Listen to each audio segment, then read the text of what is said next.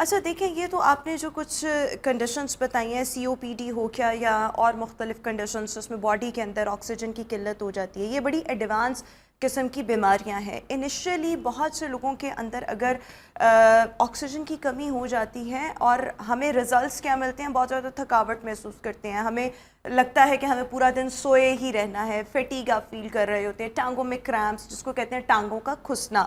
سو یہ کون سی سچویشنز ہوتی ہیں جس میں ہماری باڈی کے اندر بڑی انیشیلی باڈی میں آکسیجن کی قلت اور اس کے بعد یہ ہم ریزلٹس دیکھ رہے ہوتے ہیں؟ آپ نے بڑا اچھا سوال کیا کہ ایک تو مریض ہیں وہ تو الگ ہیں، پتہ لگ گیا ہم کا مریض ہے، لیکن عام انسان، عام آدمیوں کے اندر بھی یہ مسئلہ ہو سکتا ہے، اور یہ 3 وجوہات سے ہوتا ہے.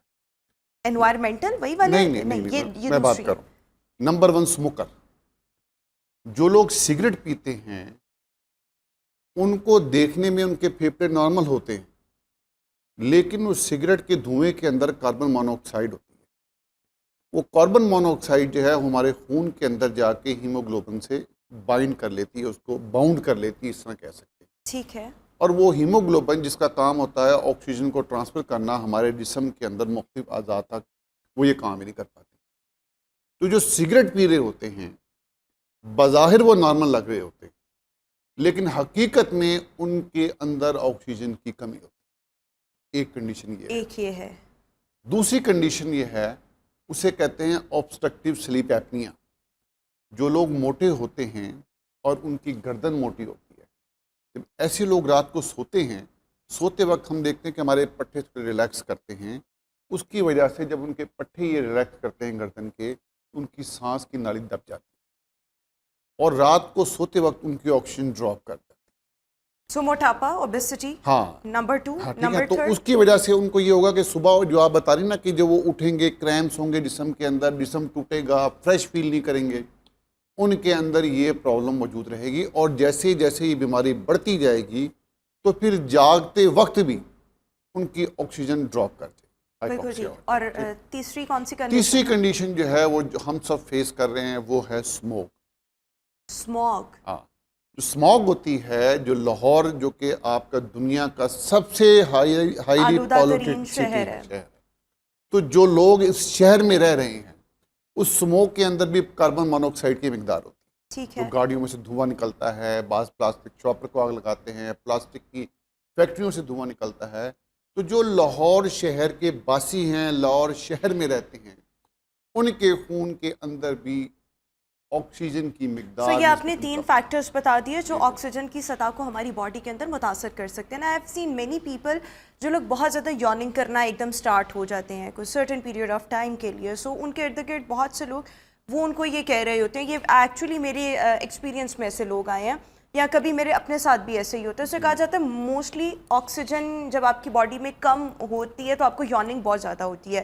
سو از اٹ ٹرو، ایسا ہوتا ہے یا نہیں؟ یا اگر جب مجھے میگرین کا اٹیک ہونا ہو، like if I am the patient, تو ہوگا کیا اس سے پہلے مجھے بہت زیادہ یوننگ اتنی زیادہ ہوگی کہ مجھے پتہ لگ جائے گا کہ اب یہ تھوڑے دیر بعد میگرین سٹارٹ ہو جائے گا. سو یہ کیا لاجک ہے؟ ہاں، کچھ بیماریاں یہ وہی لاجک ہے اس کا کہ اکثر میں یہ لوگ جو ہے نا ان کو آبسٹرکٹیو سلیپ ایپنیا ہوتا ہے. مجھے ہو سکتا ہے، پاسبلٹی ہے. میں موٹی ہوں. نہیں، آپ نہیں، اصل میں نیک سرکمفرنس دیکھتے ہیں نا، آپ کا نیک کا سرکمفرنس کیا ہے. اس کے بعد میں بعض اوقات آپ کے جو ہے ناک، ہمارے گلے کے اندر اس طرح کے جو نیچرلی اللہ تعالیٰ نے بنایا اس میں ساخت میں تھوڑے پرابلم ہو جاتے ہیں. اگر آپ سنورنگ کرتی ہیں رات سوتے وقت اور ایکسیسو سنورنگ کرتی ہیں، یہ ہوتا ہے سلیپ اسٹڈی کرتے ہیں، یہ سلیپ اسٹڈی آپ کو بتائے گا. ٹھیک ہے نا.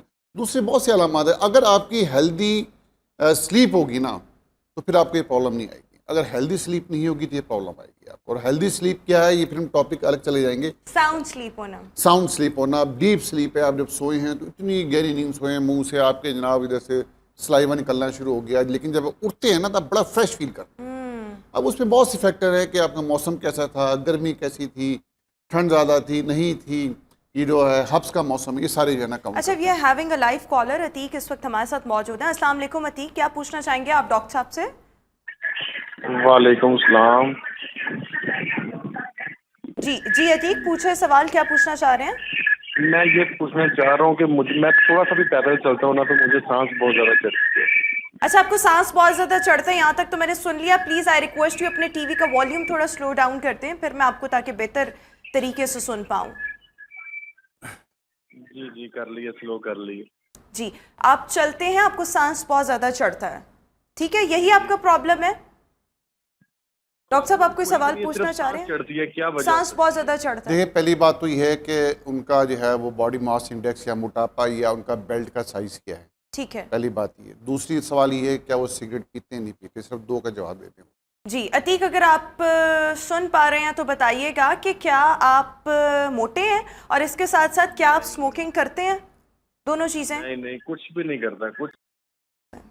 اچھا پھر میرا خیال ہے کہ ان کو جو ہے نا کسی مستند جو ہے وہ پلمنالوجسٹ کو چیک کرنا چاہیے، ان کو معائنہ کرے کہ ان کو خدا نخواستہ پھیپھڑوں کی کوئی بیماری نہ ہو، جو کہ شاید ان کو نہیں پتہ، ورنہ پھیپھڑوں ایسے کی بیماری بغیر اسموکنگ کے ہو سکتی ہے؟ ہاں جس طرح دی ہاں ہو Pollution سکتی سے ہے. exposure نہیں نہیں نہیں نہیں smoke. ایک بیماری ہوتی ہے اسے کہتے ہیں ہائپر سینسٹیوٹی نیومنائٹس. وہ جو کبوتر یا طوطے ہوتے ہیں نا، ان کے پروں میں سے خاص قسم کی پروٹین نکلتی ہے اور کچھ لوگوں کو اسے الرجی ہوتی ہے.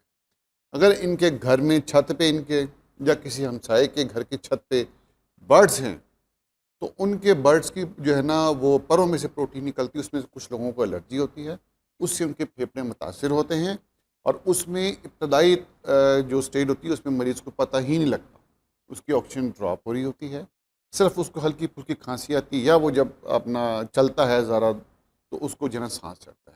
تو یہ لیکن علامت کچھ بھی ہو سکتی ہے. سچویشنز ایسی بھی ہوتی ہیں کہ جیسے ابھی میں بھی آ رہی تھی اور ان لکیلی ہماری لفٹ اگر خراب تھی مطلب تھوڑی دیر کے لیے، سو مجھے وہ 3 فلورز اوپر آنا پڑا تو سانس اتنا چڑھ گیا تھا کہ وہ سانس لیا ہی نہیں جا رہا تھا. اس میں یہ ہے کہ کچھ ایسی ہماری سچویشنز ہوتی ہیں. ایکسرسائز ہاں ایکسرسائز ہماری کی فزیکل کیپیسٹی ایکٹیویٹی فزیکل اصل میں ایکٹیویٹی نہیں ہے نا، ہم اس قابل نہیں ہے نا، ڈیلی ہم یہ کام نہیں کرتے ہیں، ایکسرسائز نہیں کرتے ہیں.